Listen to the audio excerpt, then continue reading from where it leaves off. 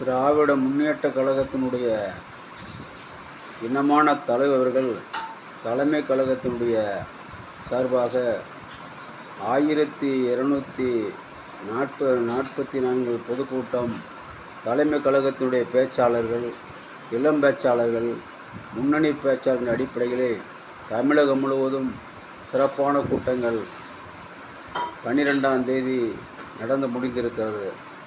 அந்த அடிப்படையில் தலைமை கழகத்தின் சார்பாக எனக்கு திருவள்ளூர் மேற்கு மாவட்டத்திலே 3 இடங்களில் பேசுவதற்கு வாய்ப்பு கொடுத்தார்கள். ஆர்கேபேட்டை என்ற இடத்திலும், திருத்தணி நகரத்திலும், அதே போன்று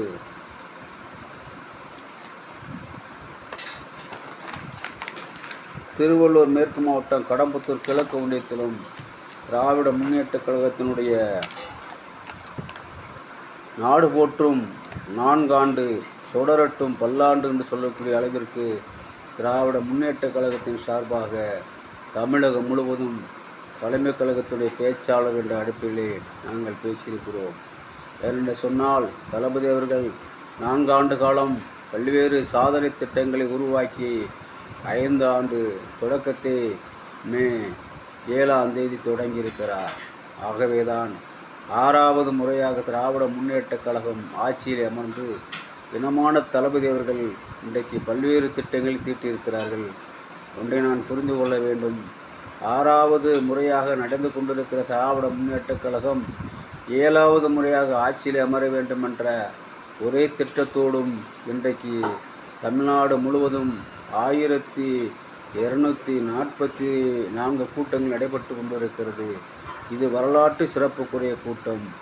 இதனால் வரை இதுபோன்று தலைமை கழகத்துடைய பேச்சாளர்கள், முன்னணி பேச்சாளர்கள் இதுபோன்று தமிழகம் முழுவதும் 5 நாட்களிலே பேசுவதற்கு யாருமே வாய்ப்பு கொடுக்கவில்லை.